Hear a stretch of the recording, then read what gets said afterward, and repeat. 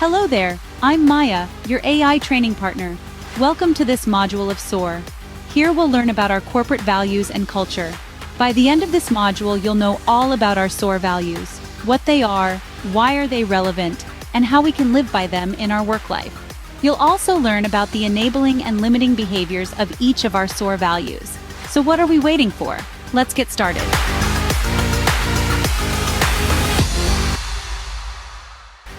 Before we get to the values and culture, let's watch this little story. A CEO of a successful company was about to retire. As his successor, he wanted to choose from among the young executives in the company. He called them all into a meeting and announced his plan.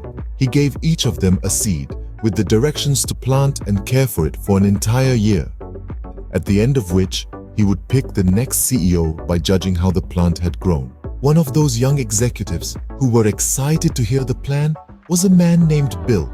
He took his seed home and along with his wife, he planted it and started watering it every day. Days went by, but Bill's seed did not germinate. They were disappointed, but continued to water the pot. The year went by. On the appointed date, Bill almost didn't want to go to work, but his wife insisted he go even if his pot was empty. All the other executives came in, proudly holding up their potted plants, which were all looking beautiful. Bill went and quietly stood at the back of the room. The CEO came in, and everyone started showing him their plants. He looked around and found Bill standing in the back. He called Bill and asked why his pot was empty. Bill honestly recounted what had happened. The CEO smiled. He turned to all the other executives and announced, "Here, I present to you our next CEO, Bill." Everyone, including Bill, was shocked. The CEO continued, "Exactly 1 year ago, I gave you all boiled seeds. They could not possibly germinate and grow. Each one of you changed the seeds you got and grew them, just to show how successful you were. Only Bill stayed true and honest." The whole room went quiet. Bill wasn't embarrassed anymore. His colleagues were. The CEO taught everyone a lesson that day. If you plant honesty, you'll reap trust. I'm sure you would have found this story quite insightful. It tells us a lot about how honesty as a value played a large part in Bill's growth. But what are values? Let's know more about them. First things first, let's understand what we mean by value in a human context. If you Google the word value, you'll come across words like principles, ethics, merit, worthwhile, useful, etc. Now, when we find something worthwhile or useful to have, we normally try to have it, don't we? Human values are core living principles which you identify with, find worthwhile, and hence value them. You want to live by them and behave and act accordingly. For example, being honest. If honesty is a value you hold dear, it will get reflected in whatever you do.